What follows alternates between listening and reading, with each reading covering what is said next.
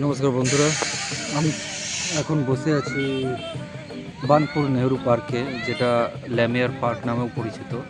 তো সেই নেহেরু পার্কে আমি আজ ফ্যামিলির সঙ্গে ঘুরতে এসেছি এবং সেখানের অনেক কিছুই দেখছি নতুনত্ব। এখন টিকিটের প্রাইস পড়েছে 50 টাকা।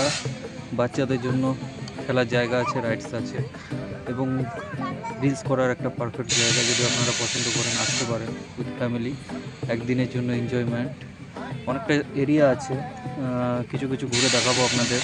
তো ভিডিওটা আপনাদের জন্য রইলো, অবশ্যই দেখবেন, অবশ্যই ভালো লাগবে, না ভালো লাগলে অবশ্যই শেয়ার করবেন। তো কিপ ওয়াচিং।